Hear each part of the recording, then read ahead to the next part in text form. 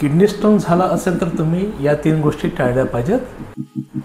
पालक आणि बीटरूट या दोन्हीमध्ये कॅल्शियम ऑक्झॅलिक ॲसिडचं कंटेंट जास्त आहे, त्यामुळे तुम्ही या गोष्टी टाळल्या पाहिजेत। दुसरी गोष्ट म्हणजे मटण, याच्यामध्ये युरिक ॲसिडचं प्रमाण जास्त आहे, त्यामुळे तुम्ही रेडीमीट हे देखील टाळलं पाहिजे। जेवणा व्यतिरिक्त एक्स्ट्रा घेतलेलं मीठ हे देखील तुम्ही टाळलं पाहिजेत। आणि जर तुम्हाला किडनी स्टोन झालाच असेल तर यासाठी म्हणून तुम्ही काळजी घेऊ शकता किंवा हे तुम्हाला स्टोन विरघळण्यासाठी मदत करू शकता।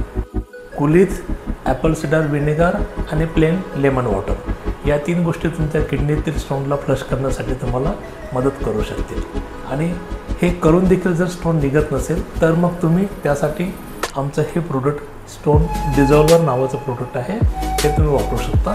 याच्यामुळे किडनी स्टोन्स फ्लश होतात, ब्रेक होतात, डिझॉल्व होतात, विरघळतात आणि बाहेर पडण्यासाठी मदत होते।